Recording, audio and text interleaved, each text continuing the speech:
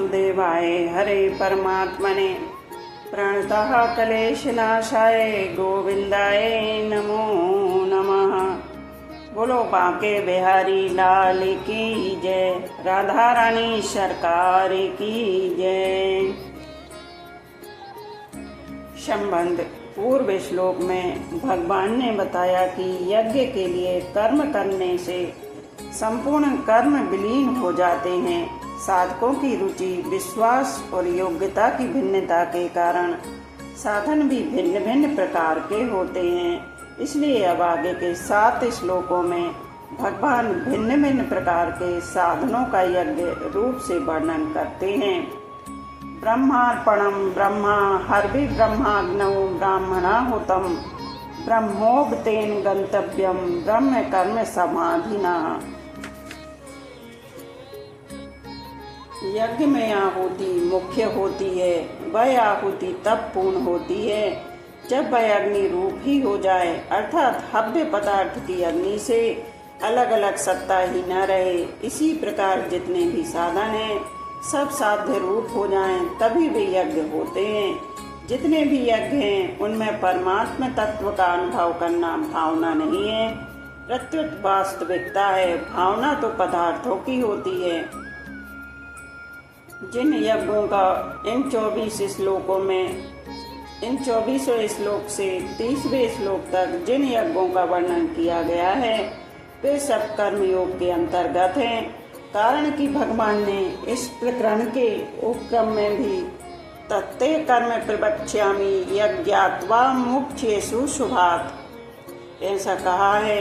उपसंहार में भी कर्म जानने विद्धि तांस बारने ज्ञात्वा विमोक्ष्यसे ऐसा कहा है, तथा बीच में भी कहा है यज्ञाचरिता कर्म समग्रम प्रविलीयते। मुख्य बात यह है कि यज्ञकर्ता के सभी कर्म अकर्म हो जाएं। यज्ञ केवल यज्ञ परंपरा की रक्षा के लिए किए जाएं तो सब के सब कर्म अकर्म हो जाते हैं। अतः इन सब यज्ञों में कर्म में अकर्म का ही वर्णन है। ब्रह्मार्पणम ब्रह्मा हवि, जिस पात्र से अग्नि में आहुति दी जाती है उस स्त्रुवा आदि को यहाँ अर्पणम पद से कहा गया है। अपर्यन्ते अनेन इति अर्पणम, उस अर्पण को ब्रह्मा ही माने। तिल, जौ, घी आदि जिन पदार्थों का हवन किया जाता है उन हव्य पदार्थों को भी ब्रह्मा ही माने। ब्रह्माग्नौ ब्राह्मणाहुतम, आहुति देने वाला भी ब्रह्मा ही है। जिसमें आहुति दी जा रही है वह अग्नि भी ब्रह्मा है और आहुति देने रूप क्रिया भी ब्रह्मा ही है, ऐसा माने।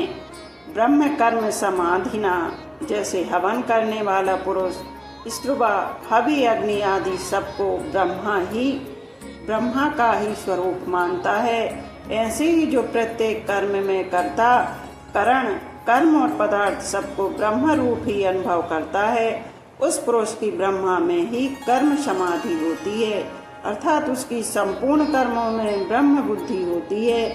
उसके लिए संपूर्ण कर्म ब्रह्मा रूप ही बन जाते हैं। ब्रह्मा के सिवाय कर्मों का अपना कोई अलग स्वरूप रहता ही नहीं। ब्रह्मोपतेन गंतव्यम, ब्रह्मा में ही कर्म समाधि होने से जिसके संपूर्ण कर्म ब्रह्म रूप ही बन गए हैं उसे फल के रूप में निसंदेह ब्रह्मा की ही प्राप्ति होती है। कारण कि उसकी दृष्टि में ब्रह्मा के सिवाय और किसी की स्वतंत्रता सत्ता रहती ही नहीं। इस 24वें श्लोक को शिष्ट जन भोजन के समय बोलते हैं, जिससे भोजन रूप कर्म भी यज्ञ बन जाए। भोजन रूप कर्म में ब्रह्म बुद्धि इस प्रकार की जाती है जिससे अर्पण किया जाता है वह हाथ भी ब्रह्म रूप है। सर्वथा पाणिपादम तत्, भोजन के पदार्थ भी ब्रह्म रूप है। अयमे वाज्यम, भोजन करने वाला भी ब्रह्म रूप है। ममे वांशो जीव लोके, जठराग्नि भी ब्रह्म रूप है। अहम वैश्वानरा, भोजन करना रूप क्रिया अर्थात जठराग्नि में अन्न की आहुति देना रूप क्रिया भी ब्रह्मा है। अहम हो तुम इस प्रकार भोजन करने वाले मनुष्यों के द्वारा प्राप्त करने योग्य फल भी ब्रह्मा ही है। यज्ञ शिष्टा अमृत भुजो यान्ति ब्रह्मा सनातनम। मार्मिक बात, प्रकृति के कार्य संसार का स्वरूप है। क्रिया और पदार्थ वास्तविक दृष्टि से देखा जाए तो प्रकृति का संसार क्रिया रूप ही है। कारण कि पदार्थ एक क्षण भी स्थिर नहीं रहता, उसमें निरंतर परिवर्तन होता रहता है। अतः वास्तव में पदार्थ परिवर्तन रूप क्रिया का पुंज ही है। इस प्रकार मनुष्य प्रति क्षण ही मर रहा है, उसका जीवन प्रति क्षण ही मृत्यु में जा रहा है। दृश्य मात्र प्रति क्षण अदृश्य में जा रहा है। प्रलय अभाव का ही नाम है, इसलिए अभाव विशेष है। अभाव की सत्ता भाव रूप ब्रह्मा पर ही टिकी हुई है। अतः भाव रूप से एक ब्रह्मा ही शेष रहा। सर्व खल्विदं ब्रह्मा वासुदेवः सर्वम्। देवमेवा परे यज्ञं योगिना पर्युपास्ते ब्रह्माग्निं परे यज्ञं यज्ञनोपुप जुहति। देवमेवा परे यज्ञं योगिना पर्युपास्ते। पूर्व श्लोक में भगवान ने सर्वत्र ब्रह्म दर्शन रूप यज्ञ करने वाले साधक का वर्णन किया। यहाँ भगवान अपरे पद से उससे भिन्न प्रकार के यज्ञ करने वाले साधकों का वर्णन करते हैं। योगिना पद यज्ञार्थ कर्म करने वाले निष्काम साधकों के लिए आया है। संपूर्ण क्रियाओं तथा पदार्थों को अपना और अपने लिए ना मानकर उन्हें केवल भगवान का और भगवान के लिए ही मानना देव यज्ञ अर्थात भगवत दर्पण रूप यज्ञ है। बोलो राधे राधे। भगवान देवों के भी देव हैं, इसलिए सब कुछ उनके अर्पण कर देने को ही यहाँ देवज्ञ कहा गया है। किसी भी क्रिया और पदार्थ में किंचन मात्र भी आसक्ति, ममता और कामना न रखकर उन्हें सर्वदा भगवान का मानना ही देव यज्ञ का भली भांति अनुष्ठान करना है। बोलो राधे राधे। ब्रह्माग्नि परे यज्ञम यज्ञनोपजुहति। इस श्लोक के पूर्वार्ध में बताए गए देव यज्ञ से भिन्न दूसरे यज्ञ का वर्णन करने के लिए यहाँ अपरे पद आया है। परिशिष्ट भाव, ब्रह्माग्नि परे यज्ञम यज्ञनोपजुहति, यह अर्थ भी ले सकते हैं। दूसरे योगी लोग संसार रूप ब्रह्मा की सेवा के लिए केवल लोक संग्रह रूप यज्ञ के लिए कर्तव्य कर्म रूप यज्ञ करते हैं, अर्थात यज्ञार्थ कर्म करते हैं। श्रोतादीनि निद्राण्यन् संयमाग्निषु जुहति। शब्दादि विनश्यान्य इंद्रियाणाग्निषु जुहति। श्रोतादीनान्य संयमाग्नि जुहति। यहाँ संयम रूप अग्नियों में इंद्रियों की आहुति देने को यज्ञ कहा गया है। ये तात्पर्य यह है कि एकांत काल में श्रोत, त्वचा, नेत्र, रसना और घ्राण ये पांचों इंद्रियां अपने अपने विषयों की ओर बिल्कुल प्रवृत्त न हो, इंद्रियां संयम रूप ही बन जाएं। पूरा संयम तभी समझना चाहिए जब इंद्रियां, मन, बुद्धि तथा अहम इन सब में राग आसक्ति का सर्वथा अभाव हो जाए। बोलो राधे राधे। शब्दादि विनश्यानाम इंद्रियाग्नि जुहति। शब्द, स्पर्श, रूप, रस और गंध ये पांच विषय हैं। विषयों का इंद्रिय रूप अग्नियों में हवन करने से वह यज्ञ हो जाता है। तात्पर्य है कि व्यवहार काल में विषयों का इंद्रियों से संयोग होते रहने पर भी इंद्रियों में कोई विकार उत्पन्न ना हो, इंद्रियां राग द्वेष से रहित हो जाएं। इंद्रियों में राग द्वेष उत्पन्न करने की शक्ति विषयों में रहे ही नहीं। इस श्लोक में कहे गए दोनों प्रकार के यज्ञों में राग आसक्ति का सर्वथा अभाव होने पर ही सिद्धि होती है। राग आसक्ति को मिटाने के लिए ही दो प्रकार की प्रक्रियाएं यज्ञ रूप से वर्णन किया गया है। पहली प्रक्रिया में साधक एकांत काल में इंद्रियों का संयम करता है। विवेक, विचार, जप, ध्यान आदि से इंद्रियों का संयम होने लगता है। पूरा संयम होने पर जब राग का भाव हो जाता है तब एकांत काल और व्यवहार काल दोनों में उसकी समान स्थिति रहती है। दूसरी प्रक्रिया में साधक व्यवहार काल में राग द्वेष रहित इंद्रियों से व्यवहार करते हुए मन, बुद्धि और अहम से भी राग द्वेष का भाव कर देता है। राग का भाव होने पर व्यवहार काल और एकांत काल दोनों में उसकी समान स्थिति रहती है। बोलो राधे राधे। सर्वाणीन्द्रिय कर्माणि प्राण कर्माणि चापरे आत्म संयम योगाग्नि जुहति ज्ञान दीप्ते। सर्वाणीन्द्रिय कर्माणि प्राण कर्माणि चापरे। इस श्लोक में समाधि को यज्ञ का रूप दिया गया है। कुछ योगी लोग 10 इंद्रियों की क्रियाओं का समाधि में हवन किया करते हैं। तात्पर्य यह है कि समाधि अवस्था में मन, बुद्धि सहित संपूर्ण इंद्रियों की क्रियाएं रुक जाती हैं। इंद्रियां सर्वथा निश्चल और शांत हो जाती हैं। समाधि रूप यज्ञ में प्राणों की क्रियाओं का भी हवन हो जाता है, अर्थात समाधि काल में प्राणों की क्रियाएं भी रुक जाती हैं। समाधि में प्राणों की गति रोकने के 2 प्रकार हैं। एक तो हठ योगी की समाधि होती है, जिसमें प्राणों को रोकने के लिए कुंभक किया जाता है। कुंभक का अभ्यास बढ़ते बढ़ते प्राण रुक जाते हैं, जो घंटों तक, दिनों तक रुके रह सकते हैं। इस प्राणायाम से आयु बढ़ती है। जैसे वर्षा होने पर जल बहने लगता है तो जल के साथ साथ बालू भी आ जाती है।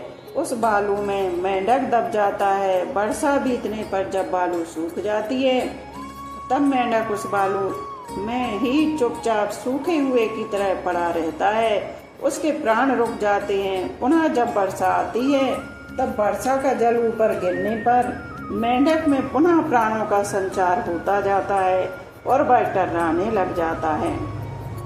बोलो राधे राधे। दूसरे प्रकार में मन को एकाग्र किया जाता है। मन सर्वथा एकाग्र होने पर प्राणों की गति अपने आप रुक जाती है। ज्ञान दीप्ते। समाधि और निद्रा दोनों में कारण शरीर से संबंध रहता है, इसलिए बाहर से दोनों की समान अवस्था दिखाई देती है। यहाँ ज्ञान दीप्ते पद से समाधि और निद्रा में परस्पर भिन्नता सिद्ध की गई है। तात्पर्य यह है कि बाहर से समान दिखाई देने पर भी समाधि काल में एक सच्चिदानंद परमात्मा ही सर्वत्र परिपूर्ण है, ऐसा ज्ञान प्रकाशित रहता है। और निद्रा काल में वृत्तियां अविद्या में लीन हो जाती हैं। समाधि काल में प्राणों की गति रुक जाती है और निद्रा काल में प्राणों की गति चलती रहती है, इसलिए निद्रा आने से समाधि नहीं लगती। बोलो राधे राधे। आत्म संयम योगाग्नि जुहति। चित्त वृत्ति निरोध रूप अर्थात समाधि रूप यज्ञ करने वाले योगी लोग इंद्रियों तथा प्राणों की क्रियाओं का समाधि योग रूप अग्नि में हवन किया करते हैं, अर्थात मन बुद्धि सहित संपूर्ण इंद्रियों और प्राणों की क्रियाओं को रोककर समाधि में स्थित हो जाते हैं। समाधि काल में संपूर्ण इंद्रियां और प्राण अपनी चंचलता खो देते हैं। एक सच्चिदानंद घन परमात्मा का ज्ञान ही जागृत रहता है। बोलो राधे राधे। द्रव्य यज्ञास्त पोयज्ञा योग यज्ञास्था परे स्वाध्याय यज्ञान यज्ञाश्च यत्यः संसित व्रता अहिंसा सत्य अस्ते ब्रह्मचारी और अपरिग्रह ये 5 यम हैं, जिन्हें महाव्रत के नाम से कहा गया है। शास्त्रों में इन महाव्रतों की बहुत प्रशंसा महिमा है। इन व्रतों का सार यह है कि मनुष्य संसार से विमुख हो जाए।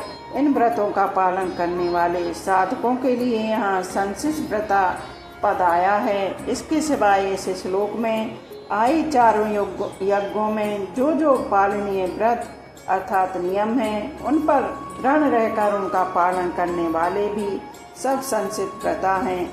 अपने अपने यज्ञ के अनुष्ठान में प्रयत्नशील होने के कारण उन्हें यतः कहा गया है। संसित व्रता पद के साथ तपो यज्ञ, योग यज्ञ और ज्ञान यज्ञ की तरह यज्ञ पद नहीं दिया जाने के कारण इसे अलग यज्ञ नहीं माना गया है। द्रव्य यज्ञ मात्र संसार के हित के उद्देश्य से कुआं, तालाब, मंदिर, धर्मशाला आदि बनवाना, अभावग्रस्त लोगों को अन्न, जल, वस्त्र, औषध, पुस्तक आदि देना, दान करना इत्यादि सब द्रव्य यज्ञ हैं। द्रव्य को अपना और अपने लिए न मानकर निस्वार्थ भाव से उन्हीं का मानकर उनकी सेवा में लगाने से द्रव्य यज्ञ सिद्ध हो जाता है। शरीर आदि जितनी वस्तुएं हमारे पास हैं उन्हीं से यज्ञ हो सकता है, अधिक की आवश्यकता नहीं है। मनुष्य बालक से उतनी ही आशा रखता है जितना वह कर सकता है। फिर सर्वज्ञ भगवान तथा संसार हमसे हमारी क्षमता से अधिक की आशा कैसे रखेंगे। बोलो राधे राधे। तपो यज्ञ अपने कर्तव्य के पालन में जो जो प्रतिकूलताएं, कठिनाइयां आए उन्हें प्रसन्नता पूर्वक सहलाना तपो यज्ञ है। लोक हितार्थ, एकादशी आदि का व्रत रखना, मौन धारण करना आदि भी तपो यज्ञ हैं, अर्थात तपस्या रूप यज्ञ है। परंतु प्रतिकूल से प्रतिकूल परिस्थिति, वस्तु, व्यक्ति, घटना आने पर भी साधक प्रसन्नता पूर्वक अपने कर्तव्य का पालन करता रहे, अपने कर्तव्य से थोड़ा भी विचलित न हो, तो यह सबसे बड़ी तपस्या है जो शीघ्र सिद्धि देने वाली होती है। गांव भर की गंदगी, कूड़ा करकट बाहर एक जगह इकट्ठा हो जाए तो वह बुरा लगता है, परंतु वही कूड़ा करकट खेत में पड़ जाए तो खेती के लिए खाद रूप से बढ़िया सामग्री बन जाता है। इसी प्रकार प्रतिकूलता बुरी लगती है और उसे हम कूड़े करकट की तरह फेंक देते हैं, अर्थात उसे महत्व नहीं देते, परंतु वही प्रतिकूलता अपना कर्तव्य पालन करने के लिए बढ़िया सामग्री है। इसलिए प्रतिकूल से प्रतिकूल परिस्थिति को सहर्ष सहने के समान दूसरा कोई तप नहीं है। भोगों में आसक्ति रहने से अनुकूलता अच्छी और प्रतिकूलता बुरी लगती है। इसी कारण प्रतिकूलता का महत्व समझ में नहीं आता। बोलो राधे राधे। योग यज्ञास्थापरे, योग नाम अंतःकरण की क्षमता का है। क्षमता का अर्थ है कार्य की पूर्ति और अपूर्ति में फल की प्राप्ति और अप्राप्ति में अनुकूल और प्रतिकूल परिस्थिति में निंदा और स्तुति में आदर और निरादर में सम रहना, अर्थात अंतःकरण में हलचल, राग, द्वेष, हर्ष, शोक, सुख दुख का ना होना, इस तरह सम रहना ही योग यज्ञ है। बोलो राधे राधे। स्वाध्याय यज्ञानाज्ञा, केवल लोकहित के लिए गीता, रामायण, भागवत आदि का तथा वेद, उपनिषद आदि का यथाधिकार मनन विचार पूर्वक पठन पाठन करना, अपनी वृत्तियों का तथा जीवन का अध्ययन करना आदि सब स्वाध्याय रूप ज्ञान यज्ञ हैं। गीता के अंत में भगवान ने कहा है कि जो इस गीता शास्त्र का अध्ययन करेगा उसके द्वारा मैं ज्ञान यज्ञ से पूजित होऊंगा, ऐसा मेरा मत है। 18वें अध्याय का 77वां श्लोक तात्पर्य है कि गीता का स्वाध्याय ज्ञान यज्ञ है। गीता के भावों में गहरे उतरकर विचार करना, उसके भावों को समझने की चेष्टा करना आदि सब स्वाध्याय रूप ज्ञान यज्ञ हैं। बोलो राधे राधे। आज यहीं पर विश्राम लेते हैं, शेष आगे का कल करेंगे। बोलो बांके बिहारी लाल की जय, राधा रानी सरकार की जय।